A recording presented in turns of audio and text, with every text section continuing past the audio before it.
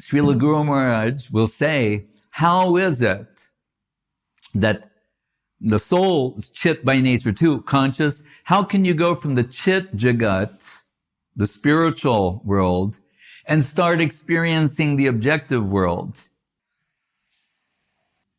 It's not just suddenly that capacity is there. So he introduced this concept, chidābhās or Chāyābhās, saying the mind, in the ego, intelligence, mind, and senses are a shadow self of the original self. That's what it is. Chāyā means shadow. Chāyābhās. Chidābhās also means, ābhās means a semblance of something. So he's saying in this, just like a glove, you could say. The glove, you put a glove on your hand and you can handle certain things. Now we have, a little more sophisticated, so-called virtual reality. There's some similarities there. Virtual as opposed to substantial. So Śrīla Guru Mahārāj said, this shadow-like self, the shadow of the conscious self, enveloping the jiva soul, allows it to navigate the objective world. So we're seeing through these eyes, hearing, tasting, touching, smelling, feeling. So as I said, the good news is this is indicative of the soul's innate position. Like even in genetic engineering, we find that when they want to duplicate someone or something, like remember Dolly, the sheep? Gurudev said something like, when they all become Dolly, the world's finished. So there was the first sheep, genetically cloned sheep, and they called her Dolly. But still, how do they do that? This is what the point I mean to make. They get some genetic material.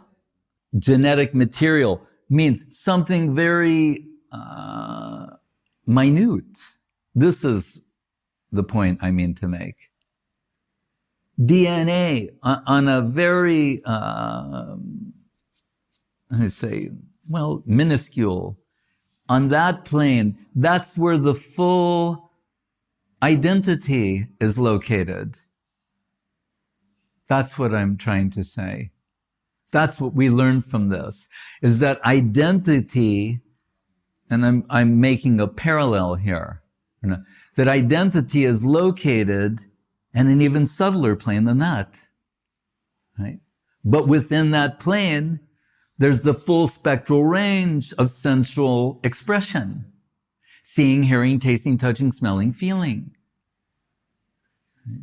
So, if this body is the biological expression of the soul's delusion, and it's taking shape and millions of forms, jala-jā, nava-lakṣāṇi, nlakṣa-viṁśati, krimaya, rudra-saṅkhyakāḥ, Padma Purāṇa. Just as you combine RGB, or red, yellow, blue, 3 makes 9 makes 81, 8.18,400,000 millions of varieties, of variations of life forms based upon tama, raja, sattva, ignorance, passion, goodness. Millions of variations of that generate these varieties of life forms. So as the body is based upon exploiting tendencies, when we withdraw from the plane of exploitation and